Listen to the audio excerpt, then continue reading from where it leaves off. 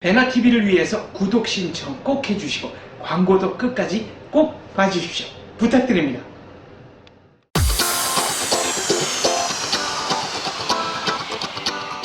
한국경제의 허원순 논설위원 모셨습니다. 안녕하십니까? 네. 안녕하세요. 오늘 들려주실 얘기는 뭔가요? 한 그럭저럭 뭐 일주일이 다 되어 가는군요. 네. 기사의 시작이 대통령이 신문사, 방송사, 편집국장, 보도국장하고 이제 소통 연속 회의를 했죠. 그걸 이제 했습니다, 그죠? 점심 오찬가다 거기에서 대통령이 이런 얘기했습니다. 재밌는 얘기. 우리나라에만 있고, 네. 우리나라에만 다른 나라에는 거의 없고 우리나라에만 있는 제도가 있다. 이거 두고는 안 되겠다. 이 제도가 시대에 맞게 바뀌어야 된다. 하는 게 하나 있습니다. 이게 하나죠. 그게 뭐냐면은 바로 대기업 집단 지정 제도라는 겁니다. 네. 물론 공정거래위원회가 하는 가장 큰 업무 중에 하나라고 볼 수도 있죠. 그러니까 대기업을 예전에는 이게 지금은 사실은 정확하게 독자님들이 잘 모를 수도 있습니다. 예전에 30대 그룹 지정에 그렇죠. 관리 네. 오래 했습니다. 그게 이제 지금은 30대 그룹으로 일괄 지정하는 건 없고요. 자, 이야기는 거슬러 가서 이겁니다. 대기업이 되면 우리나라 대기업이 되면은 대기업만 받는 규제가 있는데 얼마 전에 정경련 통계를 낸 걸 이래 보니까 20개 법, 그러니까 공정거래법이 제일 기본이고요. 네. 그다음에 은행법 등등 20개 법입니다. 그냥 시행령 시행규칙이 아니고 20개 법에 따라서 행정규칙까지 합히면 뭐 85개인가 그렇습니다. 거기에 35개 기업 규제를 받고 있다고 합니다. 그러니까 오히려 대기업이 되면 기업하기가 어려워지는 거예요. 그렇죠. 예, 네. 대기업으로서. 그런데 이게 연언으로 가면 뭐냐면은 우리가 정책의 공정거래법에 대기업 집단으로 정하면 대기업 집단에 대한 별도 규제가 있습니다. 네. 그게 왜 그러냐면 1987년도, 그러니까 지금부터 39년 전이죠. 그건 40년 전에 공정거래를 활성화한다 해서 대기업 집단 제도가 시작이 됐는데요. 뭐 이유는 이런 겁니다. 경제력이 너무 집중되는 것을 막겠다, 그 당시에.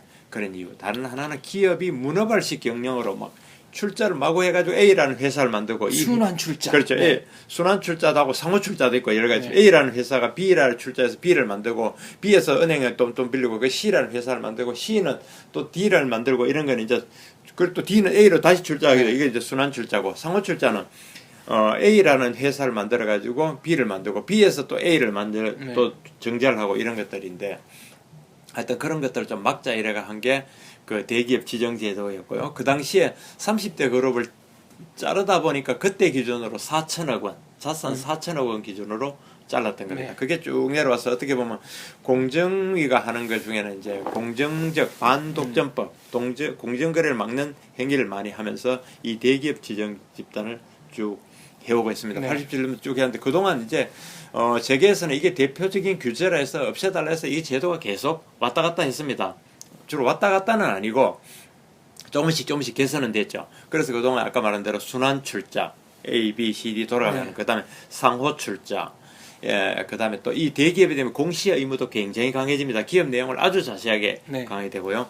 최근에 글로 보면 경제민주화 중에서 일감 몰아주기 과세 있잖아요. 일감 몰아주기도 물론 이제 대기업이 아닌 기업도 일감 몰아주기를 하면은 그 징벌적 과세를 받잖아요. 네. 일감을 해서 법인세 외에 추가로 세금을 물지만은 대기업은 그 기준이 더 강합니다. 일감 몰아주기 기준이.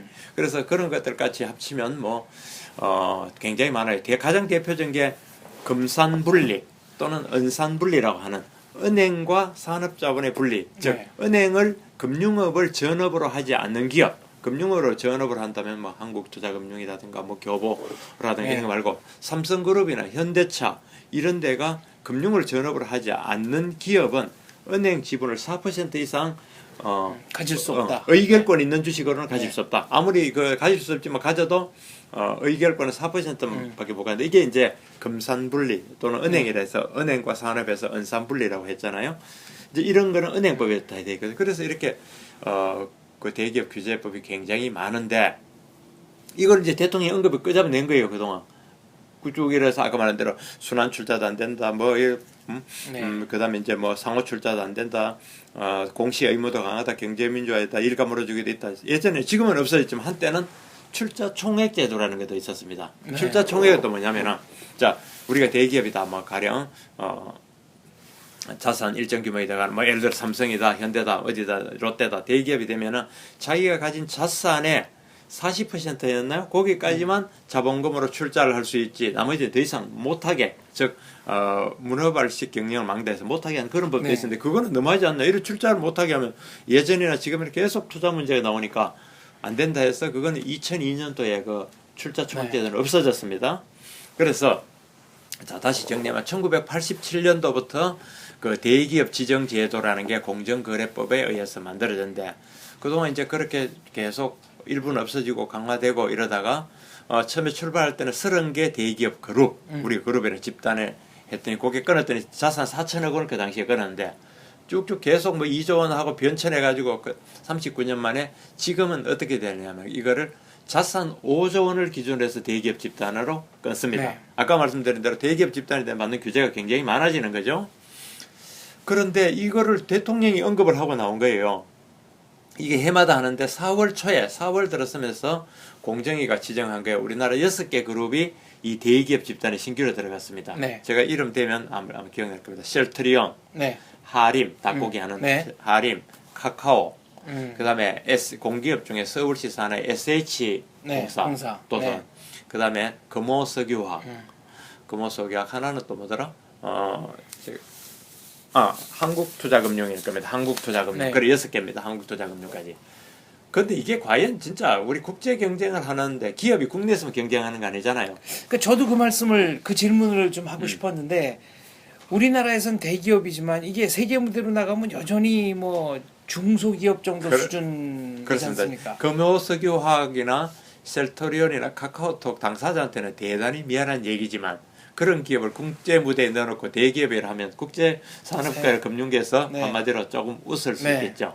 대기업 너희 아래 것들이 이게 자꾸 이렇게 규제를 생각하시는 분들은 한국 안에서만 모든 네. 게 다 이루어지고 완결될 수 있다고 생각하는데 지금 국제 전혀. 경쟁을 안 하면 어떻게 그럼요. 살아남습니까? 아니 우리가 수출 의존도가 우리가 네. 얼마나 높은 기업인데요. 금융도 그렇고 무슨 산업에 우리가 수출 없으면 이렇게 못 먹고 삽니다. 네. 3만 달러 어림도 없죠. 10,000달러 주변에 가서 그저 아직도 보리밥 먹고 그냥 고기 육류도 이렇게 못 먹고 그 네. 이야기하면 끝도 없는 거예요. 그죠? 그렇죠. 10,000달러 지하철 못 다니고. 아니, 네. 그럼요. 우리 고속철이 다 있습니까? 우리가 10,000달러 시대, 10,000달러, 5,000달러 시대 불과 뭐 우리 중고등학교 대학 때 기억하지 않습니까? 네. 그때 보면은 그때 돌아갈래? Nobody 안 돌아가겠다 그래요. 돌아가고 싶어하는 사람 없겠죠. 네, 그건 아니고 3,000달러 없습니다. 네. 그대로 가는데 어쨌든 이제 국제적인 그런 개념이 전혀 없고요. 그래서 이제 대통령이 그런 얘기를 했더라고요. 내가 적어놓은 거 한번 봐드릴까 이렇게. 다른 나라에는 거의 없고 우리나라에 있는 제도가 바로 이 대기업 지정제도 시대에 맞게 맞춰야 된다. 오롯신 말씀. 그 다음에 경제 규모가 달라지고 변화도 많은 시대에 이런 지정제도는 옛날 그대로 손도 안 대고 가져간다는 건 우리 스스로의 경쟁력을 깎아먹는 일이다. 이런 얘기 했거든요. 이것도 맞는 얘기고 이것도 대통령 얘기입니다. 뭘 좀 해보려는데 대기업으로 딱 지정돼가 이것도 저것도 못하게 되면 누가 더 기업 크려고 하겠느냐 이랬거든요. 그러니까 이제 대통령 지정되어서 결자 해지를 해야죠. 제가 놀라운 거는 물론 이제 대통령이 이게 갑자기 나온 게 아니고 공정위에 보고를 받았을 겁니다. 원래 신규 지정을 했는데 규제 완화 차원에서 조금 풀어두도록 한번 해보시죠. 그렇게 추진하겠습니다라고 보고를 받았기 때문에 이 얘기를 한 거예요. 이건 제 추정인데 그게 맞을 겁니다. 그래서 자산 5조 원이 되면은 대기업이 되는데 잠깐 여기서 피터팬 증후군 아시죠? 피터팬 증후군. 나 크지 않을래? 네. 영원히 어린아이로 남고 싶어. 잘할래. 크면은 의무가 너무 많아. 네. 혼자 벌어서 먹고 살아야 돼. 가족도 돌봐야 돼. 사회 성원 의무도 해야 돼. 피터팬 하지 네. 않겠다. 안 할래. 안 할래. 네. 이 피터팬 증후군이라는 게 이제 미국 어느 학자가 했잖아요. 그래서 우리 국내 기업들도 딱 그대로거든요.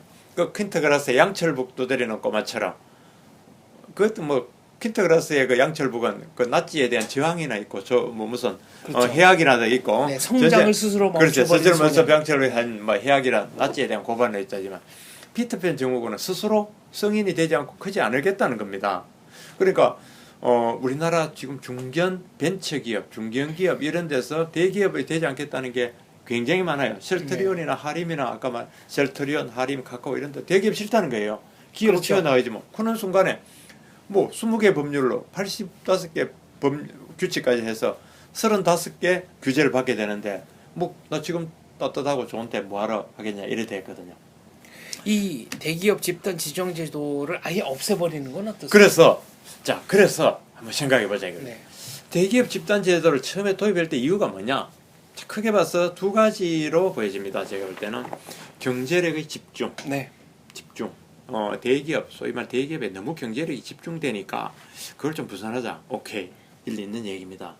또 하나는 대기업이 문어발식 경영을 한다. 네. 이것도 하고 뭐 옛날에 현대 뭐 백화점도 하고 뭐도 하고 쫙 하고 있다 보니까 그 문어발식 경영 하나 넘어지면 다 넘어지는 또 연관이 너무 크고 이 집중화도 안 되고 말하지 전문화도 안 되는 시절에 이걸 만드는데 네. 지금은 그 두 가지 다 맞느냐 이겁니다. 하나 첫째 경제력 집중 문제는 오히려 덩치를 키워야 국제 경쟁에서 네. 나아진다 하는 이런 얘기도 있습니다. 네. 양면성이 있는 거예요. 그래서 경제력을 오히려 키워야 덩치를 키워야 국제 무대에 나아지는 거 아니냐. 또 여러 가지 그게 또 자연스럽게 커지는 경쟁 덩치라면 그걸 뭐 탓할 게 뭐가 있느냐. 일부러 대마불사를 키워가는 건 문제죠. 그렇습니다. 네. 대마불사를 키워서 뭐 덩치 키워가 우리 무너지면 나라 경제 다 자빠지니까 하고 네, 막 협박하는 협박 경우. 농성 이거는 곤란하지만 저절로 커지는 거는 몸집을 키우는 게 나쁘다고 보기 어렵다는 측면이 하나 있고 두 번째 문어발식 경영 부분은 최근에 기업들 보면 제가 볼 때 무작정 키우지 않습니다. 삼성 같은 것도 하나하고 빅딜 해가지고 네. 뭐 삼성 태코인이다 뭐 삼성 종합화학이다 이거 다 넘겼잖아요. 반도체를 집중하고 물론 뭐 다른 데 봐서 아직 기업이 여러 분야 하고 있는 것도 있지만 현대 같은 경우도 옛날에 그 정주영 회장 있을 때 현대가 아닙니다. 현대 자동차 그룹이 있고 엘리베이터 그룹 네, 현대 산업 엘리베이터 산업하는 현대 계열이 있고 또 옛날 현대중공업 계열이 있고 네.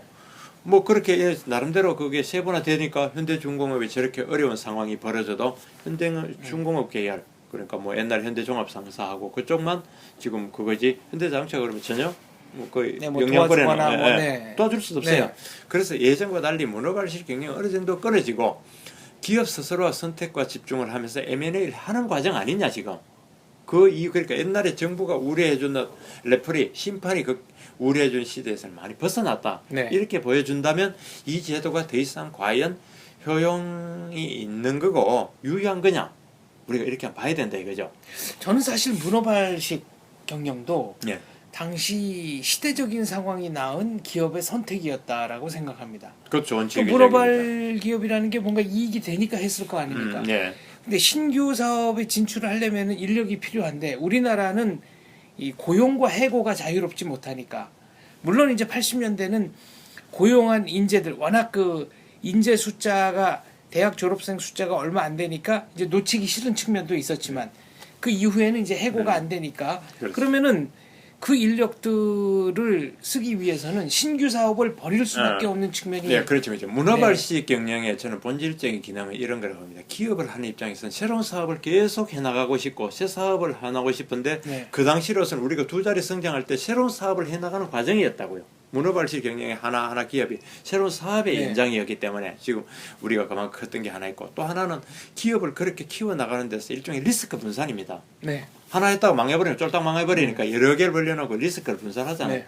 그런 정책이 있었으니까 그런 다면성 지금은 어쨌든 안 맞다 치더라도 그때는 그렇게 우리가 산업 경제사를 키워오는 과정에서 문어발식 경영에 이해할 수 있는 대목이 바로 리스크의 분산 또는 다각화 말하는 뭐 인재의 활용 네. 이런 측면이 있다 해서 인정하더라도 지금은 그게 별로 유효하지 않다 이겁니다.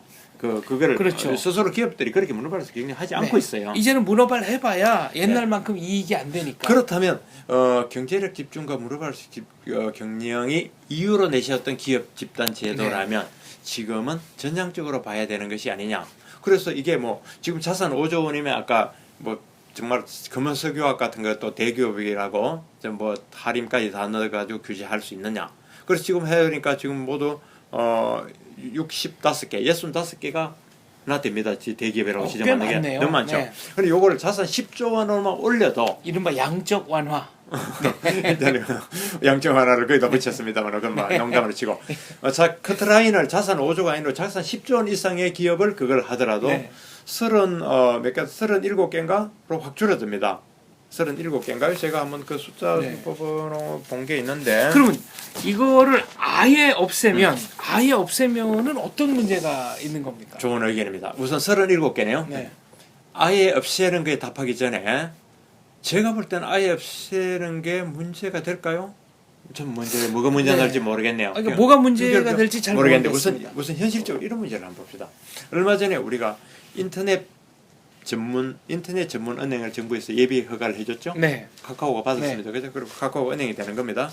이제 정부는 어느 정도냐면 인터넷 예비 은행 이거를 거의 금융개혁의 주요한 성과인 양 떠들었죠. 네. 그만큼 되는데 이게 참 웃기는 게 우선 카카오가 인터넷 전문 은행이 되긴 했는데 그 인터넷 전문 은행으로서 50% 지분을 가지려 하는 그 법안 바꾸는 걸 19대 국회가 처리를 안 해가지고 네. 그게 지금 CEO도 못 붙잡고 그냥 그대로 가고 있어요. 그러면 그래서 올스톱 상태예요. 그냥. 카카오가 대기업 지정받았으니까 이제 4%. 그 이제 바로 제가 네. 그 얘기를 하려는 거예요.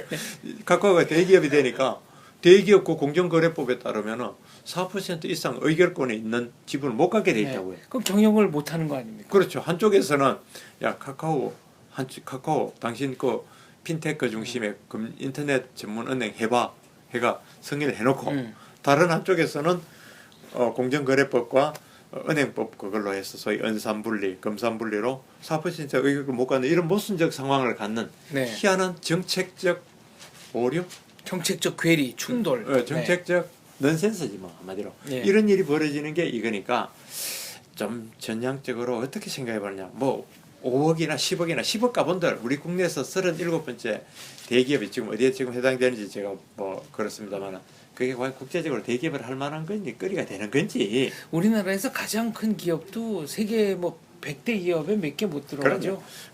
그래서 더욱 자 여기서 우리는 이제 근본적인 문제를 또 한번 생각해야 됩니다. 우리가 기업 투자해달라 뭐 입만 열면 그건 여야 구별이 없습니다. 네. 기업 보고 신규 투자해서 일자리 만드는 거는 여당 야당 가장 진보적인 당이라는 뭐 진보당 이런 데도 다 그러고 있고 정부도 그러고 있습니다. 그러면 투자를 하는데 누가 효과가 가장 큽니까? 장 박사님 투자하는 효과가 큽니까? 제가 하는 투자의 효과가 큽니까?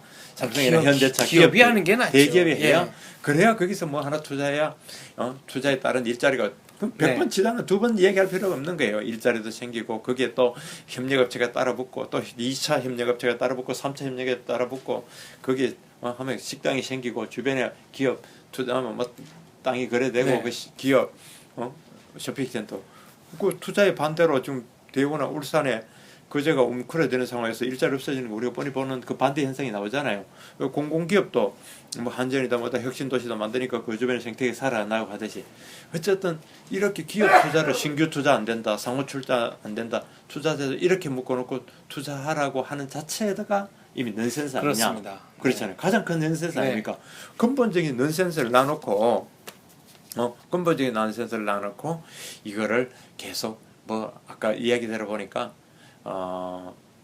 대통령이 그 이야기 나오니까 물론 이제 대통령이 아까 말한 나오기까지는 공정위가 보고한 게 있었으리라고 저는 뭐 확신합니다만 네. 나오니까 바로 공정위가 당일날 임시긴급 회의를 열었대요. 그래서 이 두 가지 하나는 5조 원으로 자르던 그 커트라인을 10조 원을 올리자 아니면 7조 원 하면 어떠냐 뭐 이런 계산한다고 다른 하나는 또 이런 꼼수도 한답니다.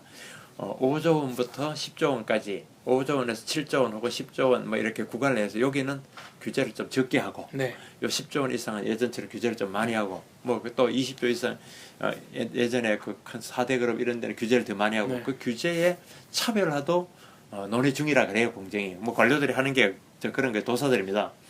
그래서 제가 볼 때는 그거는 꼼수 아니냐. 규제 그렇게 보십시오. 네. 많이 들리면은 행정 편의주의가 되면서 그럼 이제 깎죠. 네. 예, 그게 또 이런 얘기 못하지만 또 공정위 출신이나 이런 게 규제 행정에 그 복잡한 거를 컨설팅 해주는 네. 로펌에 그 공정위 출신이 전관 예월에 예우, 네. 그거 가서 컨설팅 해주고 그 시장만 만들어주고 로펌 그거 해고 복잡하게 만들수록 서류 서식만 많아지고 거기서 행시하는 거니까 차라리 그럼 여기서 우리가 왜 그 매듭이 복잡하고 이걸 어떻게 풀라고 할 때 그 알렉산더 왕이 칼 들고 단칼에 내리쳤다는 네. 뭐 고르비우스 네. 고르비우스의 매듭. 고르비우스의 매듭 네. 고르디우스의 매듭처럼 단칼에 해소해 버리면 어떨까? 네. 단칼에. 저는 규제 폐지론자이기 때문에. 네. 그래서 단칼에 해소해버리면 제가 볼 때는 그러면 아마 정부는 우선 공정위도 그렇고 대통령도 우선 꼼수 부린다 소리는 안 들을 것이고 또 선거선을 규제를 없애야 된다고 하는 사람 저도 그 100번 지지합니다. 규제는 안 되는 거 몇 개만 적어놓으면 되거든요. 그러니까 거기 사람한테도 박수 모처럼 하나 받을 일도 되고 그죠? 또 기업이 그렇잖아. 기업 그러면 투자 이렇게까지 풀어주는데 기업이 투자 안 하겠습니까? 네. 그리고 또 막말로 한국 사람은 의리가 있는데 염치로 보더라도 네. 이렇게 풀어주는데 또 뭔가 담례가 나온다고요.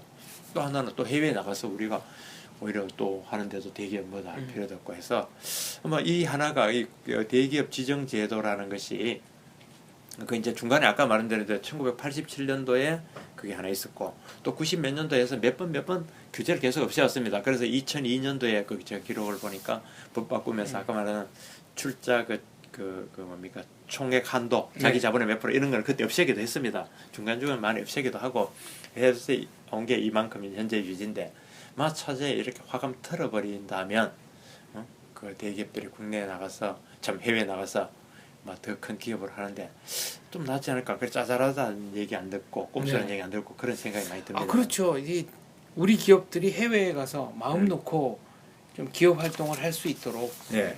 아니 이제 밀어주려면 네. 저는 해외에서 보면은 그 카카오에 인터넷 은행 뽑아놓고 CEO도 못 받고 주지도 못하고 이런 거 보면은 네. 얼마나 넌센스인가 싶을 정도로 얼마나 웃기겠느냐. 네. 그런 생각도 또 듣고 보니까 상당히 코미디 같은 상황이 네. 실제로 벌어진 거네요. 또 하나는 또 이런 것도 있습니다. 우리가 또 그거 아니더라도 네. 몇 번 양보하더라도 1987년도에 4천억을 기준으로 했다면 네. 그건 40년 전입니다.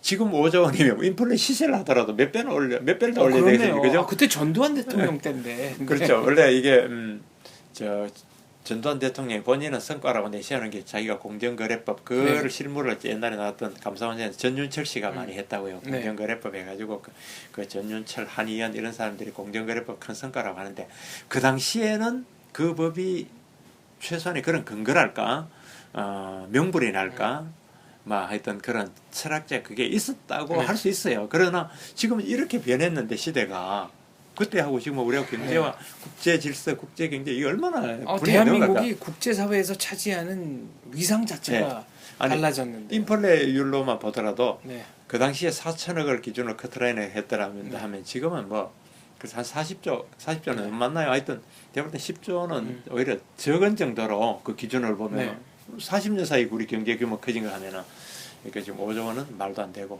그런 상황이 됐습니다. 알겠습니다. 대규모 기업 집단 지정 제도는 제가 볼 때 대표적인 규제 제도입니다. 대기업을 편드는 것이 아니고 규제가 없어져야 된다. 저는 이 얘기를 꼭 좀 하고 싶습니다. 그래 그러면 저도 그것도 보태요. 우리 이런 얘기 하면 쪼잔하게 이런 얘기까지 하면 정말 쪼잔한데 무슨 대기업 편들다 이거는 저급한 논리입니다. 비판하려면 그걸 하지 말고 우리는 지금 규제라는 문제와 국제 경쟁력 속에서 우리 한국의 경쟁력을 어떻게 보강해주고 갖도록 할 것이며 그리고 기업한테 투자해서 일자리를 만들자고 하면 일자리가 이 시대의 최대 과제라고 하고 청년 일자리가 가장 다급한 현안이라고 할 것 같으면 거의 해법으로 우리는 이 문제를 제기하는 것이지 그걸 가지고 편든다 이런 식으로 얘기하면 정말 쪼잔한 겁니다. 굳이 우리 의견에 반대하려면 아직도 경제력 집중 문제는 더 이렇게 풀어보자든지 아직도 잘 나가는 대로 M&A 등으로 기업 계열사 구조조정을 하지만 못하는 데 있지 않느냐 그런 사례를 들면서 토론하면 우리는 언제든지 오케이 더한 토론도 해나갈 수 있는 거죠. 알겠습니다. 저는 규제가 혁파되어야 한다고 생각합니다. 네, 감사합니다.